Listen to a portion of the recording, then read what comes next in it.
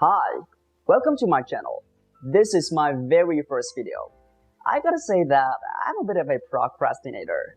I've always wanted to make videos, but I'm afraid of being in front of cameras. So I postponed doing this for quite a long time.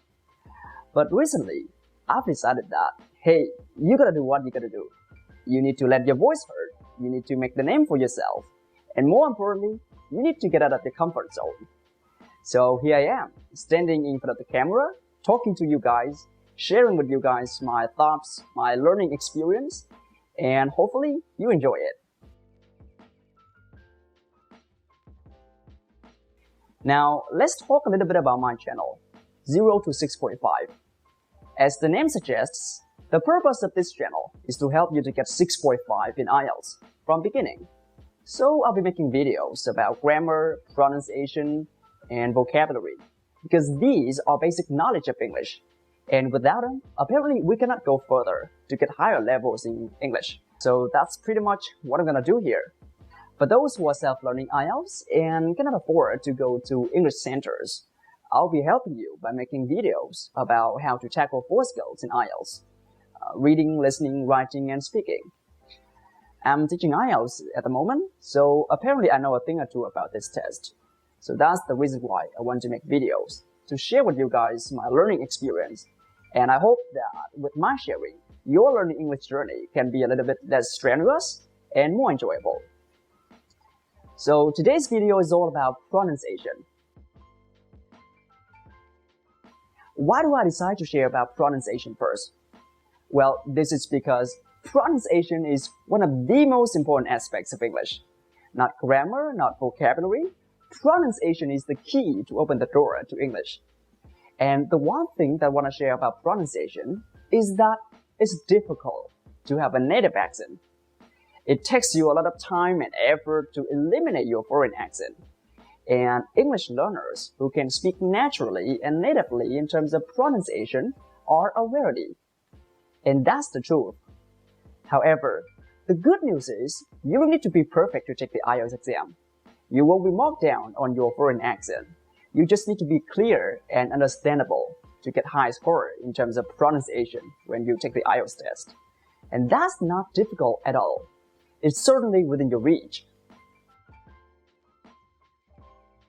Now, we all know the importance of pronunciation, but in which way we can refine our pronunciation is the question that we need to answer. I will suggest you 3 steps that can help you to improve your pronunciation tremendously.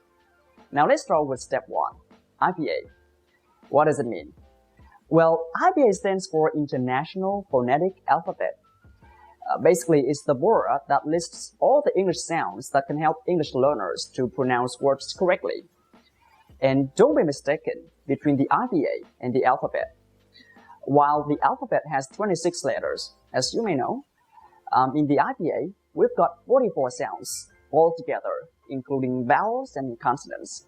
And these sounds are super important, because without them, it is almost impossible to pronounce words correctly.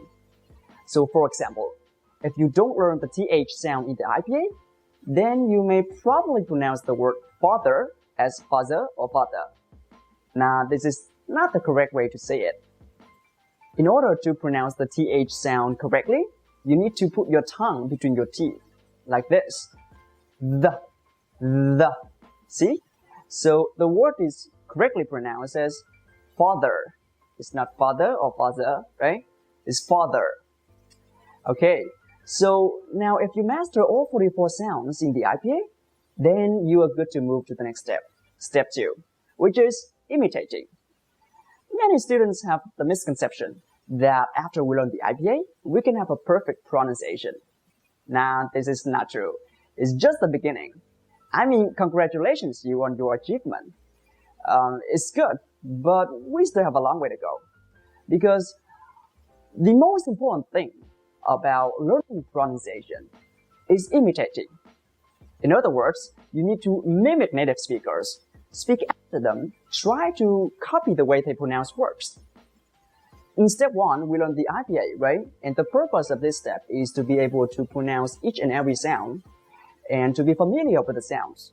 But it won't make any sense if we don't practice step 2. Because in step 2, we're going to imitate, like I said.